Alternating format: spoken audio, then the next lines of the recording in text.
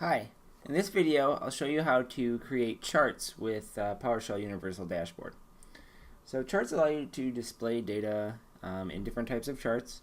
For example, bar charts or line charts, pie charts, radar charts, that kind of thing.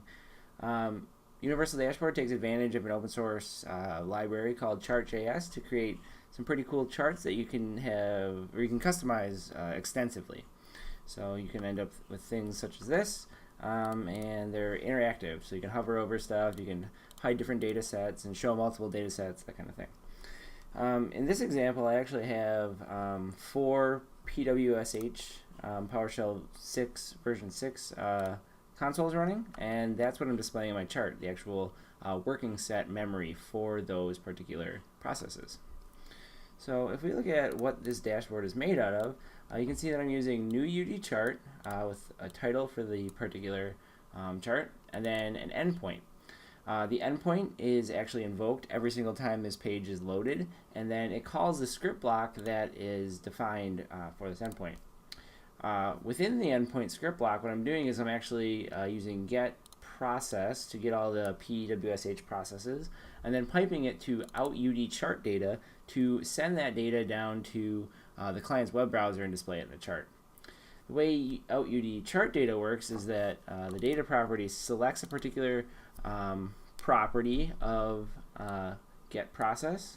So in this case, this is returning process objects, and they have a working set property that I'm selecting.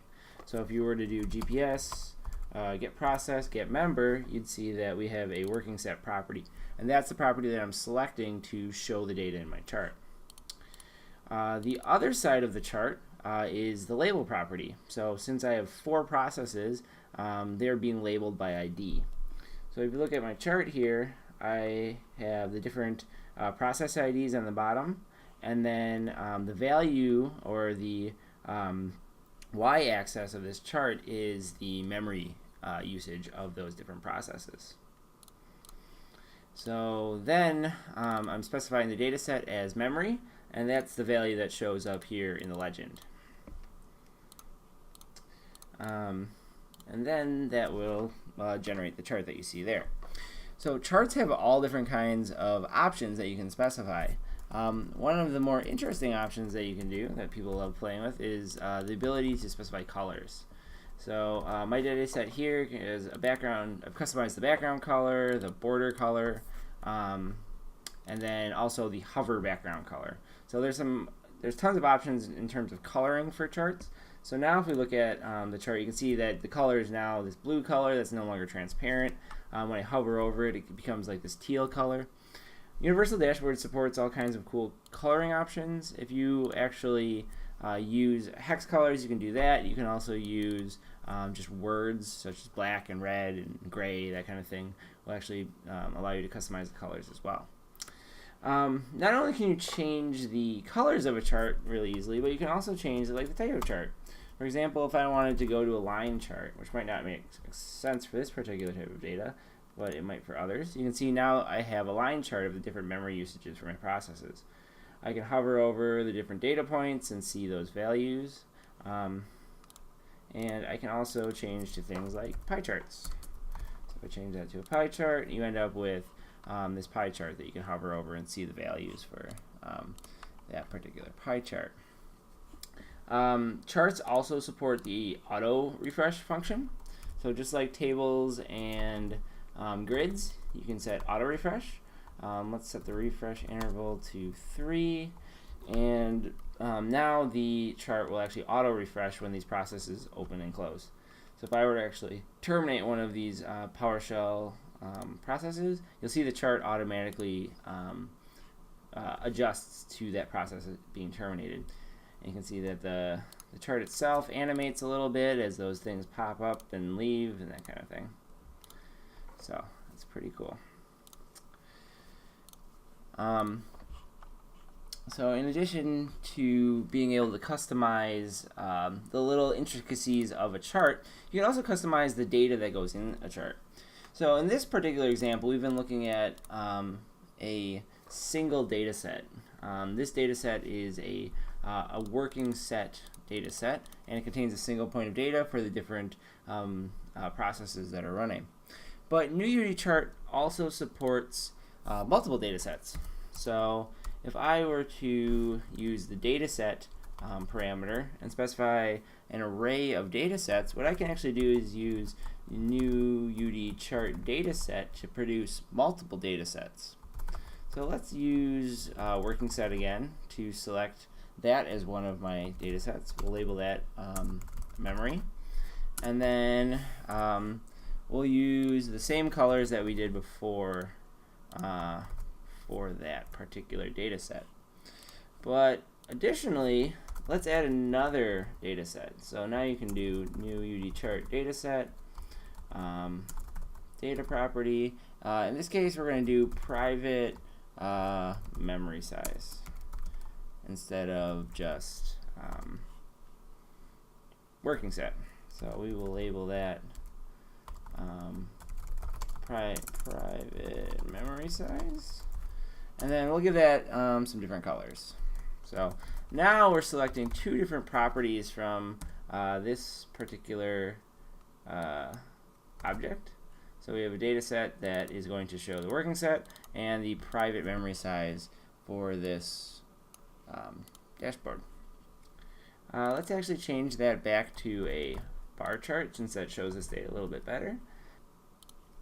We also want to specify a label property for the data set. In this case, we want the ID to be that label property. So now if we switch back to our chart, what you'll see is that I have two sets of data now. I have a working set memory value and also a private memory size value. If you hover over, you can see that for each one of those processes, I have 2 points of data that I'm showing on my chart instead of one. So just like before, auto refresh still works, and all the things you'd expect. ChartJS also allows the ability to hide different data sets. So if you click the legend up there, it'll actually hide one of the data sets, and it'll adjust the rest of the chart to accommodate you hiding those particular data sets. So finally, we're going to take the customization kind of to another level and customize some of the various options that ChartJS allows you to manipulate. So there's an options parameter to new UD chart data, and there are a magnitude of different customization options you can use in commandlets for charts. So for example, we can use new UD bar chart options, or chart options to specify the options for this particular bar chart. Some of the options that you can do are layouts, legend options, title options, and tooltip options.